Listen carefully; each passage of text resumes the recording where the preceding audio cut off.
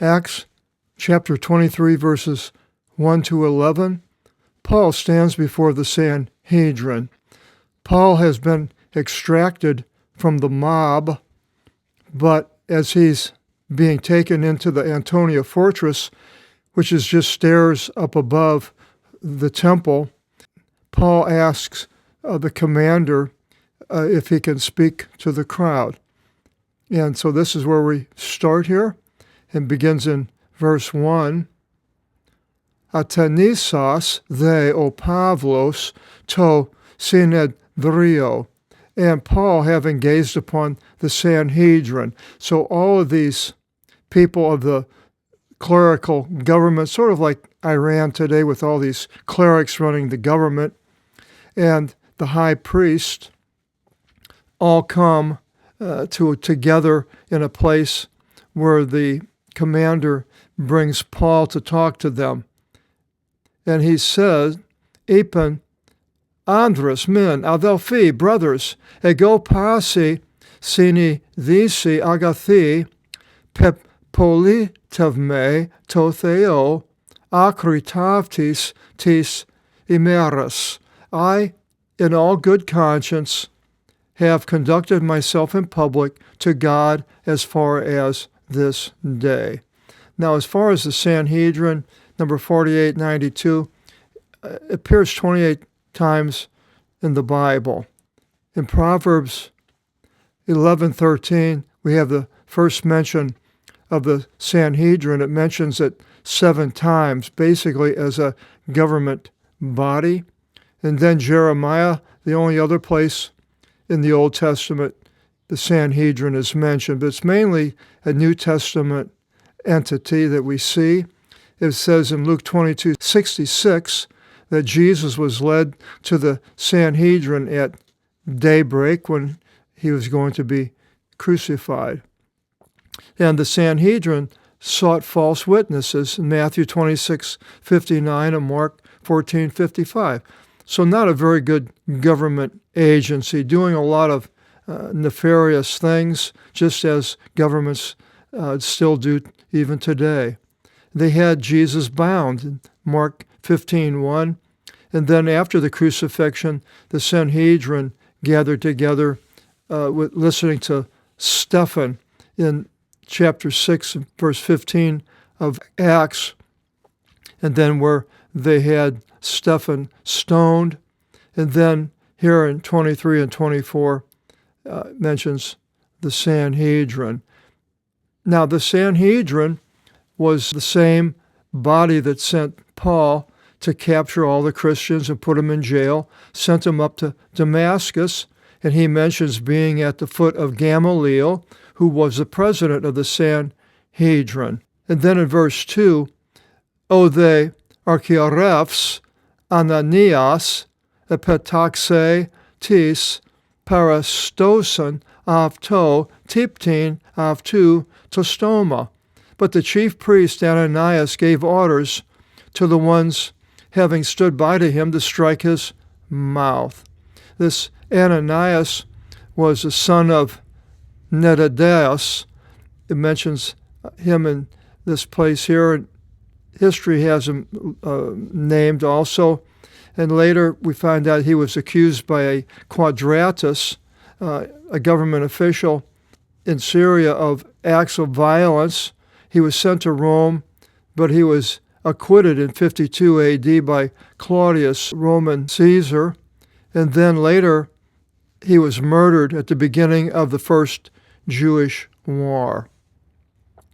So he was not a very nice man. It talks about him in the negative mainly, and violence and so forth. And here we see him having Paul struck, which goes along with his M.O. And then in verse 3, Tote o Pavlos prosavton ipe. Then Paul said to him, Tiptin se meli o theos. God is about to beat you. Tike kekoniameni, a wall having been whitewashed, basically somebody that has puts on the appearance of being pure, but they're just the opposite. Kesi, kathi, krinon me, kataton nomon. And you, do you sit down judging me according to the law? Ke paranomon, kelevis me, tipteste. And acting unlawfully, you bid me to be struck. There were laws, Levitical laws about striking a person, and this was not something you would do. And this is mentioned in the Mishnah in Baba Kama, chapter 8. If you have a Danby's Mishnah, you can look up and see where it's not lawful for someone to strike somebody else.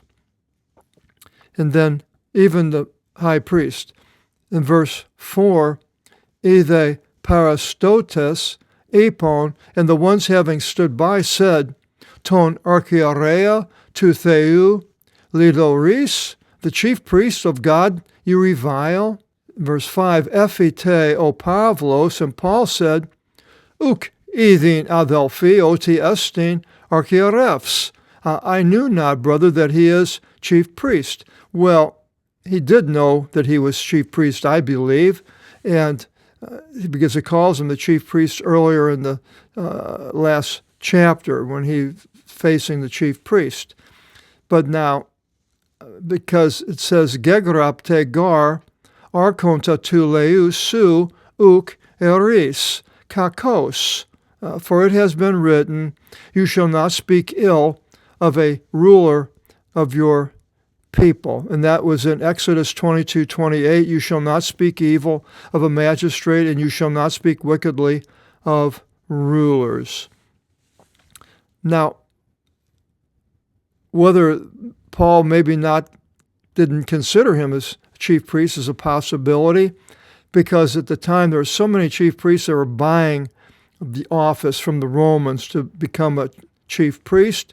He might not even have been a Jew, so not a true chief priest. That's one possibility, that Paul saying that he didn't know he was chief priest.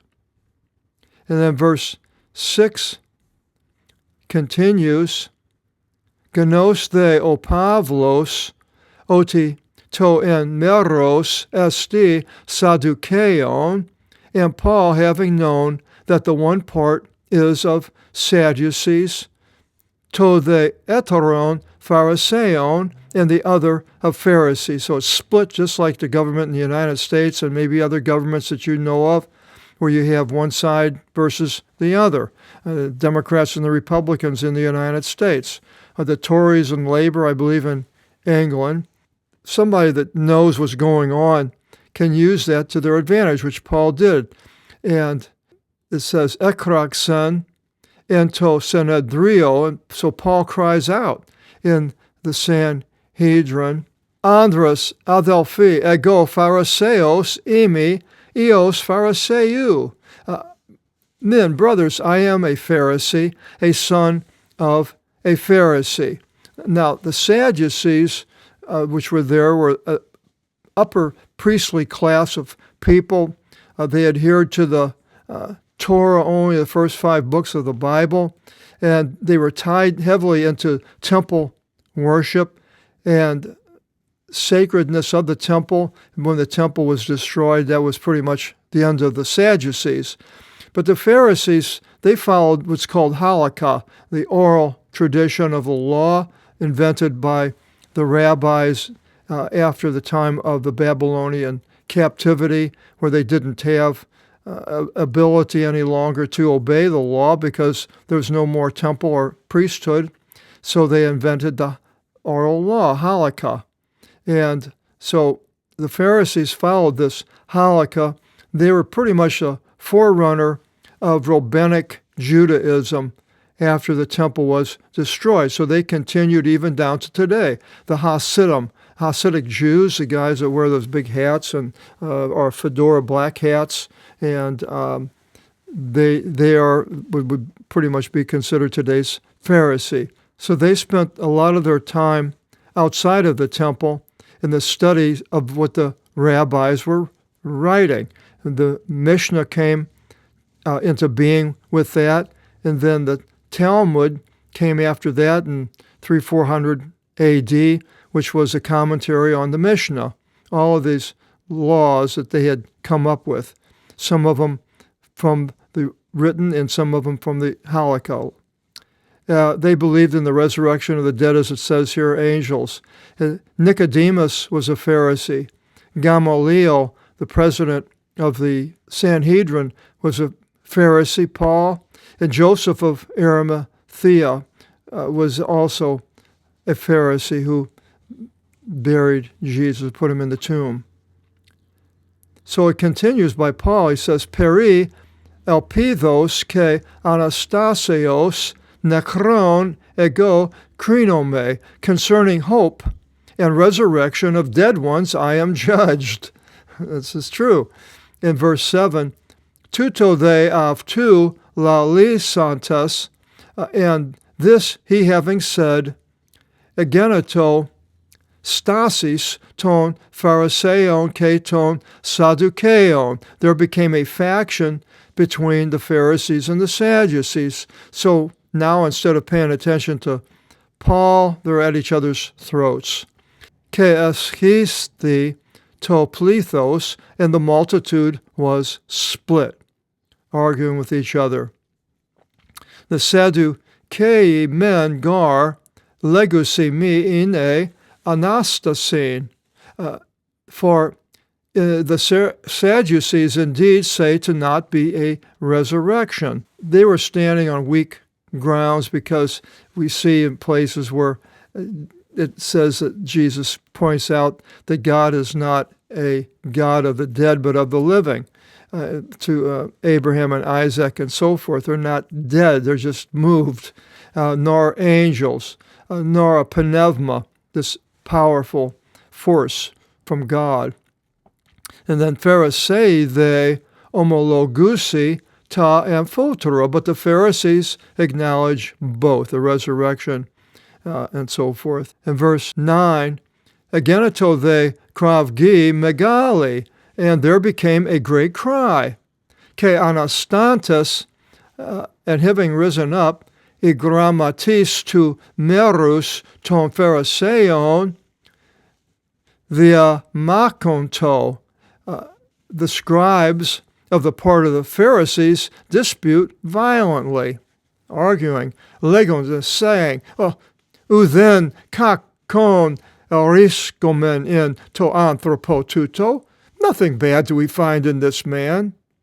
Ide ke pneuma elalisan afto, but if also a spirit or a pneuma, the invisible force or power of God, spoke to him, e angelos, or angel, me theomakomen, we should not fight against God. So with Paul being a Pharisee, he had them on his side for a while.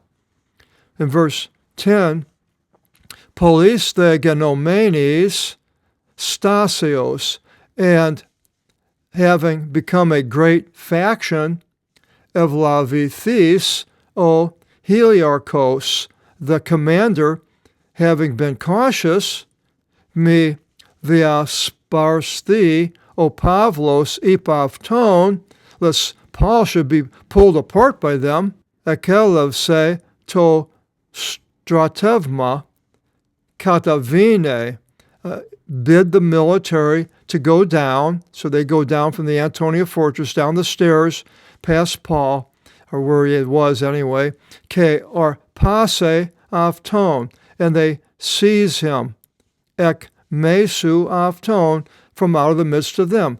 Arpase is to snatch somebody. This is what it mentions in Paul will be snatched into the air by like an eagle grabs its prey, falls down, grabs it, and up it goes. So they're seizing him, will be seized somehow. And agin te istin paravolin, and to lead him into the camp, the Antonia fortress, which we mentioned a little bit earlier. Now the name of this commander was Claudius Lysias. In verse 13 it continues, Tide epiusi and the following nikti, night, epistas avto, having stood by him, by Paul, O Kyrios ipe, the Lord said, Tharsi Pavlu, take courage, Paul, Oscar, the martyro ta peri emu is Jerusalem. For as you testified the things concerning me in Jerusalem, uto se the keis Romain martyrise, so you must also testify in Rome. And I point out then here it says, the Lord said. So now again we have the words of Jesus here in the red letter Bible. Should have these in red, even though they're not in the gospel. This is after the Lord was, of course, resurrected, and he's talking to Paul. And it says that, for as you testified the things concerning me in Jerusalem, so you must also testify in Rome. And so now you could just say that this is what he's telling him to do, but are he saying you must also, this is what you're going to do, is knowing the future. Well, knowing the future with God isn't really knowing the future. It would be to man, because man doesn't have the ability that God has. I heard a good analogy of this argument about seeing things in the future. If you're in a car and you're at a railroad crossing and the bell starts ringing, the arm comes down, and then you see the engine coming down, it goes past you, and then all the cars, the boxcars go, and then finally the last car, the caboose, passes by and off it goes. So you only see what you see right there in front of you. But now, if you were flying in an airplane over this railroad track, you would see the whole train. You'd see the engine and all the boxcars and the caboose at the end. You could see the whole thing. Well, God is the creator, and he sees all the things that are going to happen, and I believe this applies to this section here. Next, we get a plot to kill Paul.